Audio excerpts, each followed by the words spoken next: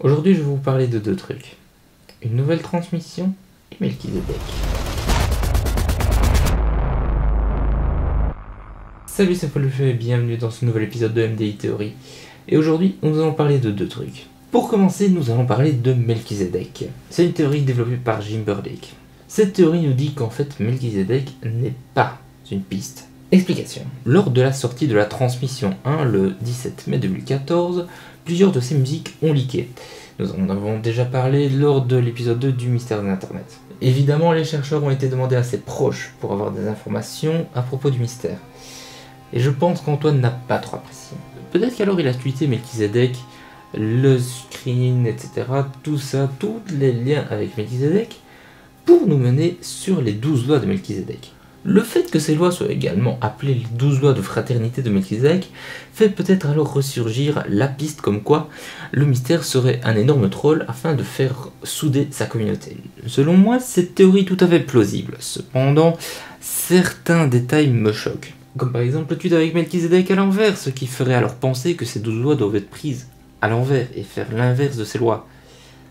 Ce qui n'est pas très réjouissant. Il est vrai aussi que la transmission 2 était principalement consacrée à donner des règles et des conseils pour le mystère de l'Internet. Ça fait ressurgir aussi la piste. Donc voilà tout ce que j'avais à dire à propos de cette théorie, pensez-en ce que vous voulez.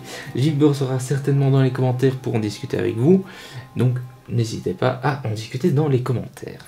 La deuxième chose dont j'ai à vous parler, ce qui fera certainement le titre putaclic de la vidéo, bon ça on a l'habitude, hein. Est-ce qu'il n'y aurait pas une nouvelle transmission en préparation?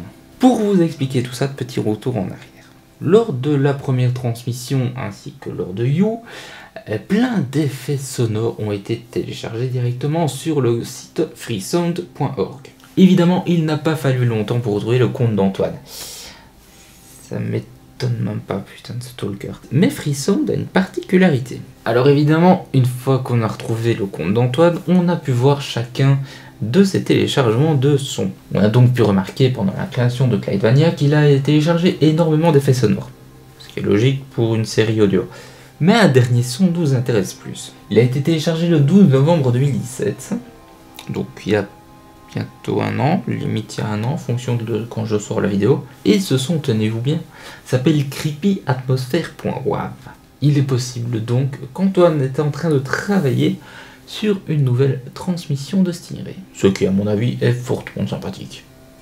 Ouais. Évidemment, tout ceci reste une théorie. Il n'y a rien de prouvé, rien de concret vraiment.